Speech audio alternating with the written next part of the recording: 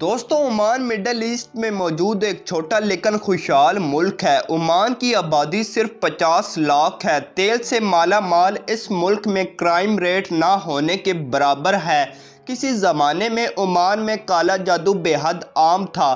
آج بھی یہاں کی پولیس لوگوں کو کالا جادو کرنے کے جرم میں گرفتار کر لیتی ہے۔ اس کے ساتھ ساتھ اس ملک میں جنات کے قصے بھی بے حد مشہور ہیں۔ یہاں کے لوگوں کا ماننا ہے کہ عمان کے پہاڑوں میں اور یہاں کے درختوں پر بڑی تعداد میں جنات آباد ہیں۔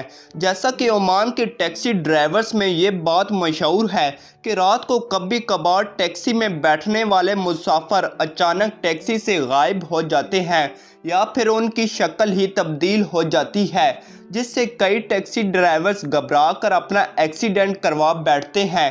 بہرحال عمان میں یہ باتیں عام ہیں۔ دوستوں عمان کے کیپٹل مسقط سے 200 کلومیٹر دور ایک چھوٹا سا ٹاؤن موجود ہے۔ اس شہر کا نام بھالا ہے۔ پہاڑوں سے گھرے ہوئے اس چھوٹے سے شہر کو جنات کا شہر بھی کہا جاتا ہے۔ اس کی وجہ یہ ہے کہ لوگوں کا ماننا ہے کہ اس شہر میں بڑی تعداد میں جنات آباد ہیں جو ہزاروں سالوں سے یہاں بسے ہوئے ہیں۔ بھالا شہر کے درمیان ایک قلعہ بھی موجود ہے جس کا نام بھالا فورٹ ہے۔ اس قلعے کو تقریباً 700 سال پہلے تعمیر کیا گیا تھا۔ یہ قلعہ کیسے تعمیر ہوا یہ بات بھی دلچسپ ہے۔ ماہرین کا ماننا ہے کہ اس قلعے کو ایک قبیلے نے تعمیر کروایا تھا جس کا نام بنو نبھان تھا۔ یہ قبیلہ اس شہر پر حکومت کرتا تھا، لیکن بھالا کے مقامی لوگوں کا کچھ اور ہی ماننا ہے۔ یہ لوگ کہتے ہیں کہ بھالا فورٹ کو جنات نے تعمیر کیا اور یہ صرف ایک رات میں ہی تعمیر ہو گیا تھا۔ یہاں یہ کہانی مشہور ہے کہ بھالا پر ایک فوج حملہ کرنے والی تھی۔ بھالا کے حکمران نے یہاں پر بسنے والے جنات سے مدد کے لیے کہا اور تب بھی جنات نے اس قلعے کو ایک رات میں تعمیر کر دیا۔ وہ فوج راتوں رات اس قلعے کو یہاں دیکھ کر گھبرا گئی اور واپس لوٹ گئی۔ بھالا فورٹ کو لے کر یہ کہانی عمان میں کافی مشہور ہے۔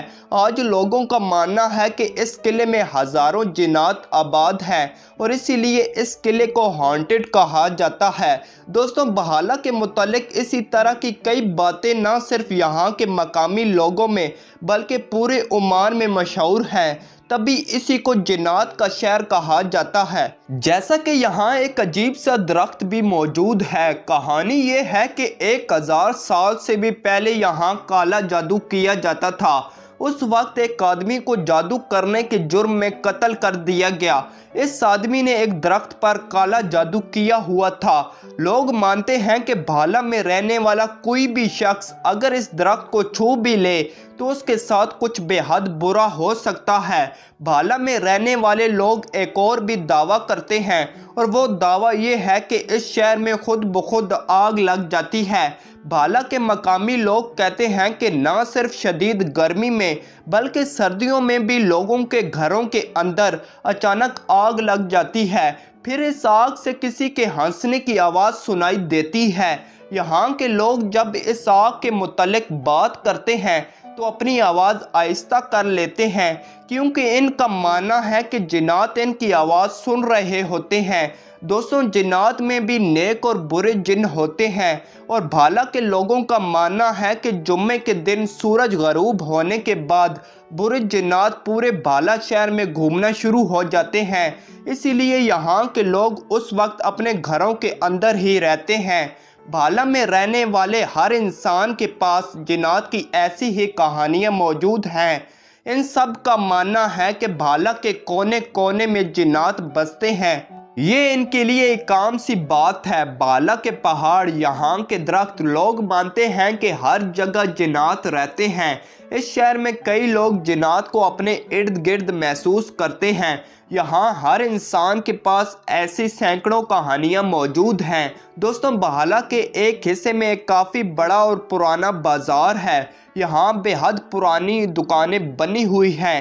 انہی دکانوں میں کئی دکانیں ایسی بتائی جاتی ہیں جہاں اکثر جنات انسانی شکل میں داخل ہوتے ہیں۔ بھالا کی ایک اور پراسرار بات یہ ہے کہ یہاں پر موجود ایک سنسان گاؤں ہے جس کا نام الحمرا ہے۔